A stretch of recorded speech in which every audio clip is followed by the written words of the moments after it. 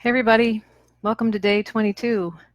I have a question, a request to focus on a particular topic today, so that's what I'm going to do. I had an email from someone this morning who sent me this note asking me to focus on this.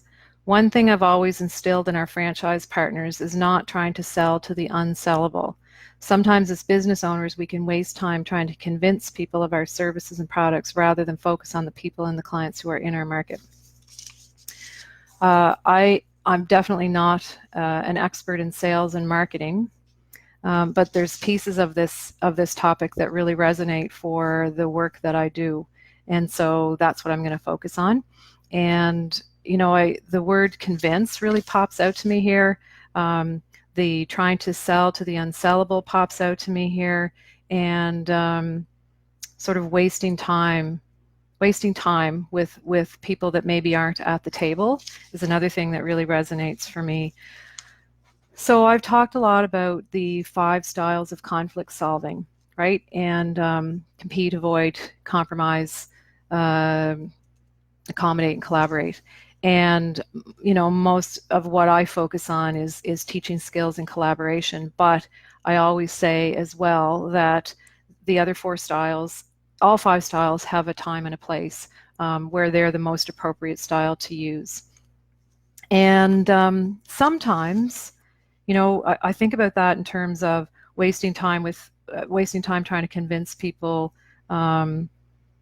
who are like not interested in what we're selling. And so the selling, you know, I'm gonna substitute like a product or a service for an idea or a solution to a problem. So if we have a particular solution to a problem, and someone that we're trying to get to the table is just not buying it, they're not into it, they don't want to have anything to do with what we're trying to sell, I think the first thing you got to ask yourself is, am I using the right approach?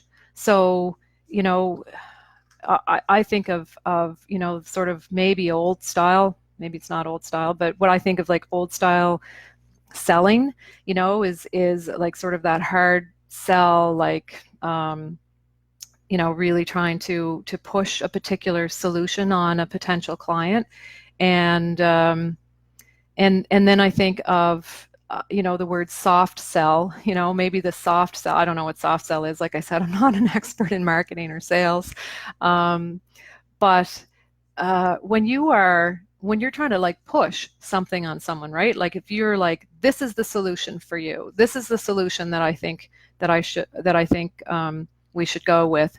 You're taking a position, what I call a position, and that often can create conflict when the person either perceives that position, that solution, is not going to meet their needs, or if the trust has broken down, and it doesn't have to break down between you and a particular person, specifically you and this person, right? But you know, in a sales context, I can imagine that maybe if trust has broken down between the person that you're trying to sell to and the industry or salespeople in general or whatever, right? Like I think there's sometimes a lot of suspicion that people have around people that are trying to sell them things. And you know, again, I'm not an expert in marketing, but one of the things that I've heard a lot, right? People buy from people that they know, like, and trust. And so trust comes into that sales and marketing area in the same way that it comes into collaboration. People, and I've talked about this before, that whole idea of trust. When you build trusting relationships and you have good relationships, the solutions fall from that. And you know, I think that the idea of trying to convince, you know, like this convince idea is the pushing, is the do it my way. It's competition, right? Even though you're trying to help people, it's still, you're taking a competitive approach. And what this person is asking me, you know, he's talking about rather than focusing on the people and the clients who are in our market, I think about, you know, the people that are in, that we have relationship with, that are that we have that trust with. They're going to be more likely to either go along with what we're suggesting, or you know, depending on the market that you're in, depending on the kind of business that you have, it really can be about a collaboration, right? So building that relationship and then finding out what are the needs that you have. You have needs as a business owner, or as somebody who's selling a product or selling a service. As a business owner, I have certain needs that have to be met, right? Like I want to feel like I want to be inspired by my work. I want to feel like I'm helping people. I want to have good work-life balance. I want financial security. Like those are all interests that I would have as a business owner. I want to have good relationship with people. I want to work with people I like. I want to be excited by my work. Those are all interests that I have as a business owner. And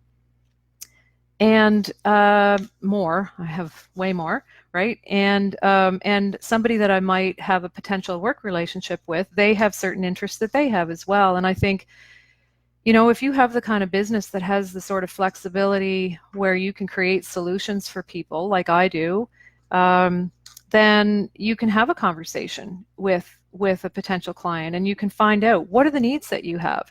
And when I say needs, of course, you'll remember, I think of needs in a bit of a different way than other people do. I don't have a need to for something concrete. That's my position, right? That's my how-to. So the needs that I'm talking about are those deeper, more intangible things, those things that can be met in lots of different ways. So, so if somebody were to, if I were talking to someone about what are your needs, you know, in terms of this area of conflict resolution, collaboration, and maybe I'm talking to someone who's got a number of employees. Maybe they say, I just want to really have a peaceful work environment. I want my staff to feel really comfortable addressing conflict with our clients. I want our clients to feel like they're taken care of. I want to feel like I can come into work and communication is easy and enjoyable with my staff. Those might be some of the needs, right? And so then thinking about that, it would help me to figure out, well, how could I help you meet those needs? And maybe I can't, right? Maybe it's out of the realm of my area of expertise. But anyway, yeah. So that's where my mind goes to when I think about this this request that I had. You know, when you're trying to convince people you're trying to convince people of your services and products, you're taking a competitive approach rather than a collaborative approach, and so in some circumstances that might be completely appropriate, and in other circumstances that's where the conflict comes, right? And people, depending on the relationship you have, they might say no, or they might just ignore you, or they might whatever. So yeah. So I mean, I think part of that is thinking about how do you use one of the other approaches, and if collaboration is one of them, then how do you build a relationship with potential clients where you have an opportunity to find out what are the needs that they have, and how do they match up with the needs that you have in a way that you can create something together, or that you can support them to get their needs met. Yeah, so that's kind of cool. And, you know, I think the other thing I would say, just around the wasting time with people who are not in our market, I mean, there's the other styles too, right? There is avoid. Maybe you don't need to be trying to sell to everybody, and I think that's what this person is saying. Rather than focusing on the people or the clients who aren't in our market, you know, I think you're talking there about that approach of avoid.